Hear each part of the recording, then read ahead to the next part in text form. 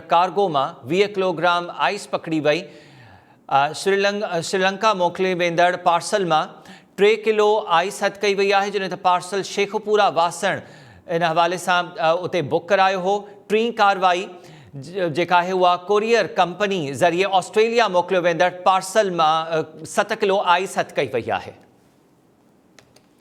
ANF intelligence Karachi शहर में 3 धार कार्रवाई कयूं आहिनि। जिना इंटरनेशनल एयरपोर्ट ते एक कार्रवाई कई वही। ऑस्ट्रेलिया मोकिलियो वेंदड़ कार्गो हथ कयो वियो ऐं उन मां 20 किलोग्राम आइस पकड़ी वही। इन खां अलावा श्रीलंका मोकिलियो वेंदड़ पार्सल में भी 3 किलो आइस हथ कई वही है। टियों जेको पार्सल हथ कयो वियो कोरियर कंपनी ज़रिए वो ऑस्ट्रेलिया जे लाइ बुक करायो वियो हो, उन मां भी 7 किलो आइस हथ कई वही है। तफ़सील मालूम कयूं था हबीब जमाली खां। हबीब, वधीक आगाह कजो।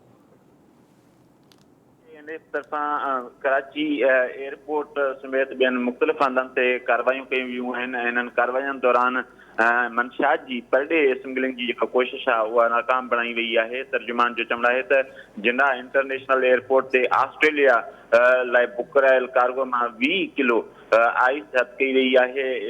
आइस तोलियन में जेका है उहा लिकाई वई हुई ऐं बुक जेको करायो बुक कराईंदड़ जो नालो अंबर रमज़ान आहे। उन इहो कार्गो जेको आहे ऑस्ट्रेलिया मोकिलणु चाहियो पियो, उन लाइ बुक करायो। ॿी कार्रवाई जेका आहे उन दौरान श्रीलंका लाइ बुक करायल पार्सल मां 3 किलो आइस हथ कई वई आहे। तर्जुमान जो चवणु आहे त शाहराह फैसल ते वाक़ई हिकु कोरियर कंपनी आहे। उन कंपनी जी ऑफिस ते छापो हणी जेको आहे पार्सल हथ कयो वियो आहे। आइस लेडीज़ जेकी कपिड़ा आहिनि उन्हनि कपिड़नि में लिकाई वई हुई। ही पार्सल जेको आहे शेखापुरा जी रिहाइशी आहे शुगुफ्ता बानो उन तरफ़ां बुक करायो वियो हो। तर्जुमान जो चवणु आहे त टी जेका कार्रवाई आहे उहा बि कोरियर कंपनी ऑफिस ते कई वई। ऑस्ट्रेलिया लाइ बुक करायल पार्सल मां 7 किलो आइस हथ कई वई आहे।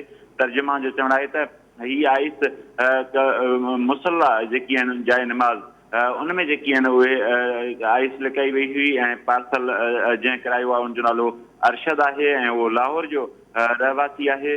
तर्जुमान जो चवणु आहे त आइस हथ करण बैदि जवाबदारनि जी गिरफ़्तारी लाइ जेको आहे छापनि जो सिलसिलो शुरू कयो वियो आहे।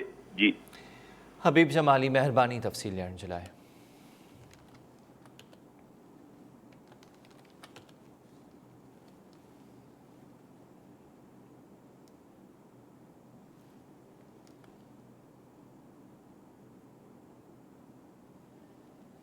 टनो मोहम्मद खान में नारी जो घर में लाश हथायो। सनस भाइरनि पारां मुड़ुस ते ज़हर ॾेई क़त्ल करण जो इल्ज़ाम हयो वियो आहे।